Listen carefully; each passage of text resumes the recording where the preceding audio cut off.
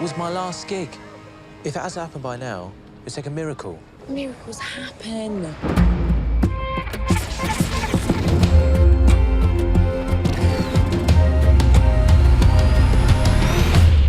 What happened? Electricity flicked off all over the world. Cheese! Yesterday, Ellie bought you a present. all my troubles seem so far away. Now it looks as though they're here to stay. Oh, I believe in yesterday.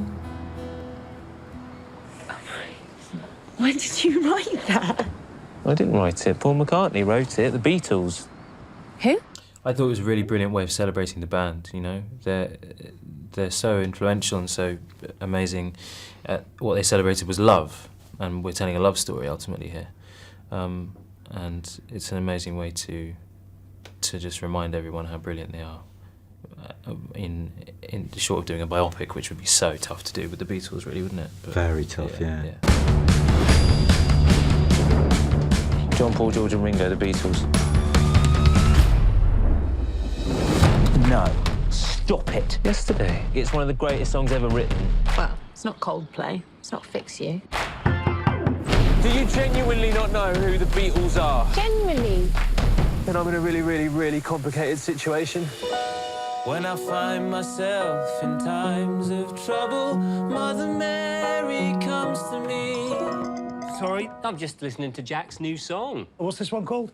Leave It Be. Let it be. Well, rock on, Jack. Don't think you could really do it with anyone else. The only other person you could probably do it with in an American context is Bob Dylan, because the impact, although the songs probably aren't as familiar to so many people, the pop cultural impact is similar in a way.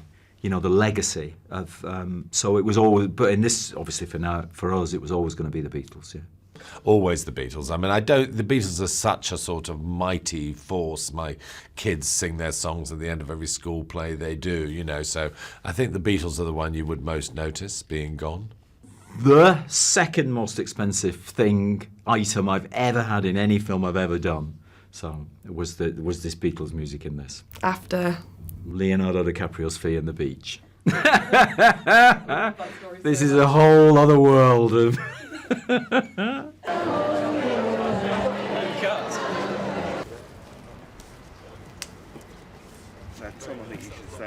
No, I didn't. No, I didn't want to do it myself. I sort of said I wouldn't do that again. And Danny, just, by a kind of beautiful chance, wrote me a letter about something else and said, by the way, if you've ever got a script, send it to me. And I'd literally finished the script the day before, so I sent it to him.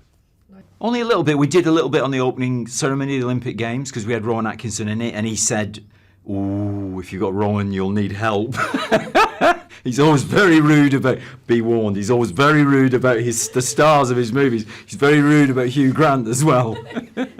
Yeah, he is. Yeah. So he'll be rude about you after this is all over. He'll start being rude about you. I've got an idea. Right, everyone.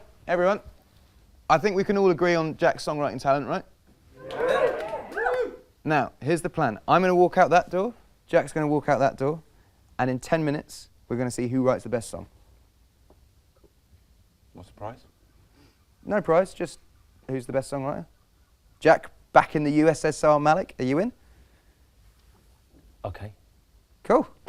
And nothing you've written before, though. It has to be new tonight. Right. Cool. This will be fun. Still think there should be a prize, Ed.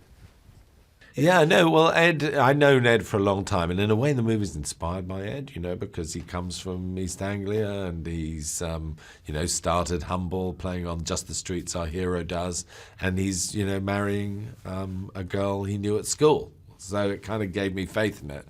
And eventually, after having been through some other pop stars, we got down the list as far as Ed, and he was the one who said yes. what other pop stars are on the list you'd have to say? Okay, all right, just Chris Martin.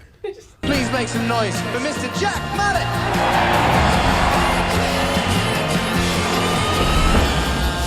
Let me just give you this advice. Song title, Hey Dude.